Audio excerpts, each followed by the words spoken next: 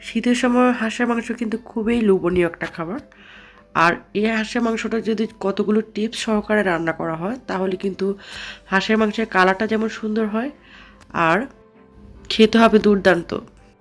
আজকে আমি কতগুলো টিপস সহকারে আজকে এই হাঁসের মাংসটা রান্না করব। এবার যদি আপনি হাঁসের মাংস এই টিপসগুলো অ্যাপ্লাই করে রান্না করেন আর যাকেই খাওয়াবেন সে আপনার হাতের এই হাঁসের মাংসের টেস্ট কখনোই ভুলবে না। আসসালামু আলাইকুম প্রিয় দর্শক, আশা করছি যে যেখান থেকে দেখছেন সবাই ভালো আছেন।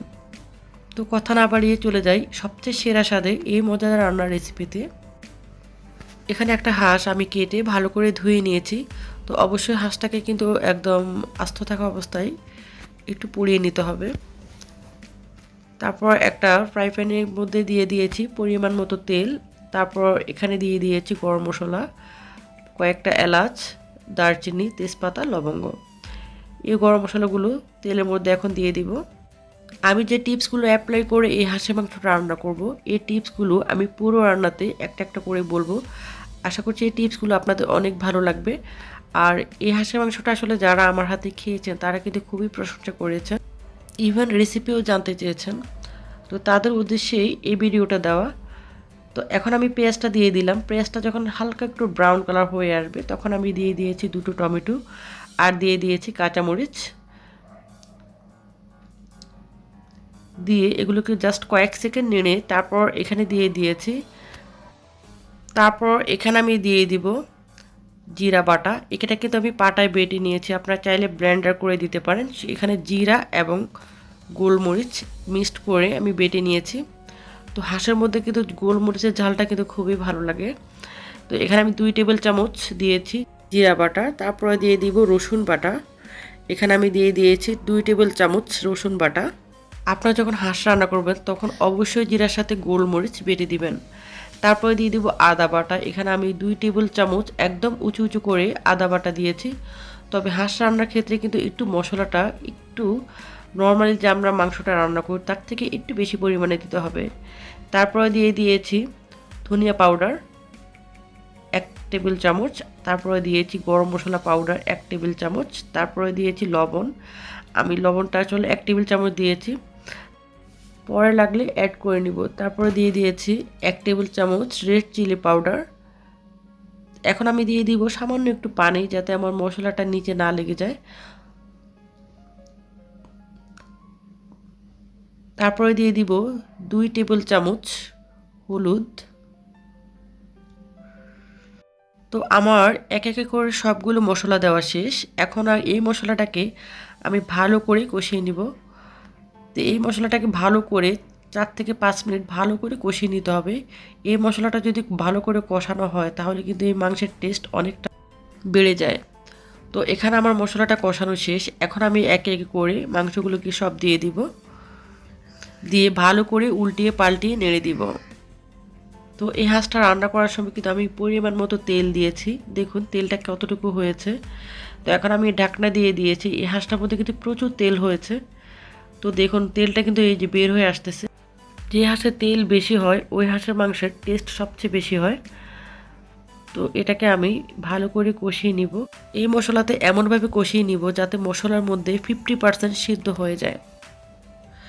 তো এই হাঁসের মাংসটা রান্না করার জন্য একদম ফার্স্ট টিপস হচ্ছে পেঁয়াজটাকে একদম ব্রাউন কালার করে নিতে হবে।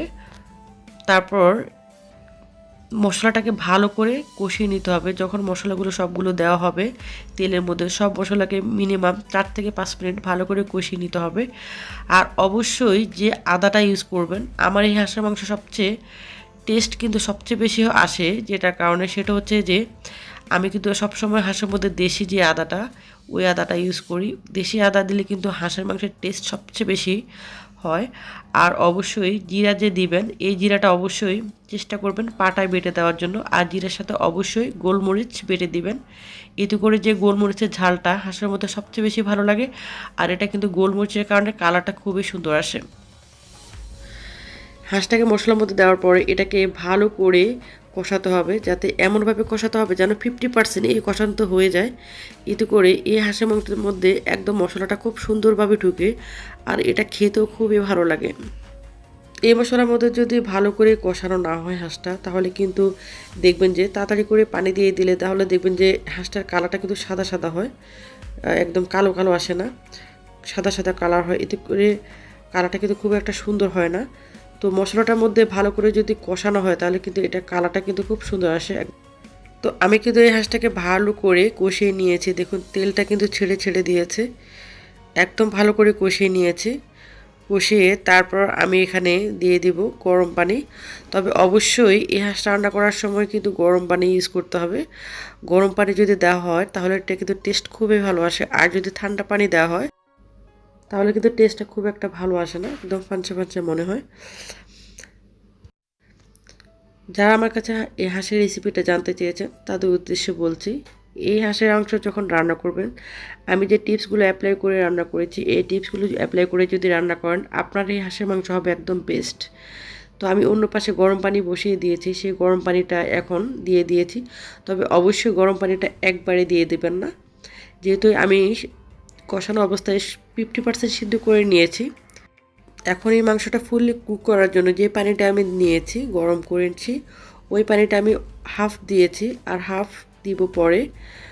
তো এখন হাফ দিয়ে ভালো করে সিদ্ধ করে পানিটা যখন কমে আসবে তখন আমি আবার দিয়ে দিব। তবে পানিটা একবারে দিয়ে দিবেন না, একদমই যদি একবারে বেশি পরিমাণে দেওয়া হয় তাহলে কিন্তু এটা টেস্টটা কিন্তু একদম অন্যরকম চলে আসবে। তো অবশ্যই পানিটা অল্প অল্প করে দিতে হবে। একবার অর্ধেক দিয়েছি, আমি আবার অর্ধেক দিয়েছি। এই হাঁসটার মধ্যে কিন্তু প্রচুর তেল হয়েছে, আর যে হাঁসের মধ্যে কিন্তু তেল বেশি হয় ওই হাঁসের মাংসটা কিন্তু সবচেয়ে বেশি টেস্ট হয়। তো আসলে আজকে আমি ভয়েসটা দেওয়ার সময় আমার কিন্তু প্রচুর ঠান্ডা লেগেছে, আপনারা ক্ষমা সুন্দর দৃষ্টিতে দেখবেন। তো দেখুন হাঁসের মাংসটা প্রায় শেষ পর্যায়ের দিকে রান্নার। এই রান্নাটা এত সুন্দর একটা কালার হয়েছে, ও মাই গড, মানে সামনে থেকে কি বলবো। আসলে আমার জানলা দিয়ে প্রচুর আলো আসে, যার জন্য কালারটা কেমন দেখাচ্ছে স্ক্রিনে আমি জানি না, বাট সামনে থেকে এত সুন্দর একটা কালার এসেছে। আর এটা খুব সুন্দর একটা ফ্লেভার আসে যখন আপনি বাসায় এইভাবে টিপসগুলো অ্যাপ্লাই করে রান্না করবেন, তখনই বুঝতে পারবেন। তো এগুলো কিন্তু কোনো ঝোল না, এগুলো কিন্তু হাঁস থেকে প্রচুর তেল বের হয়েছে, ওই তেলগুলোই উপর থেকে দেখা যাচ্ছে। তো আমার রান্নাটা প্রায় শেষ। তো এটা হচ্ছে ফাইনাল লুক, এত সুন্দর একটা কালার এসেছে। আর এটা যে খেতে কি অসাধারণ, যখন এইভাবে টিপসগুলো অ্যাপ্লাই করে রান্না করবেন একদম মনে হবে পারফেক্ট হাঁসের মাংস রান্নার রেসিপিটি ভালো লাগলে লাইক কমেন্ট শেয়ার করতে ভুলবেন না, সাবস্ক্রাইব করে নোটিফিকেশন বেল আইকনটি অল করে দিবেন। এতে করে কি হবে, আমি যখনই নতুন কোনো ভিডিও আপলোড দিব সর্বপ্রথম আপনি নোটিফিকেশন আকারে পেয়ে যাবেন। আর চাইলে আমার ফেসবুক পেজটিও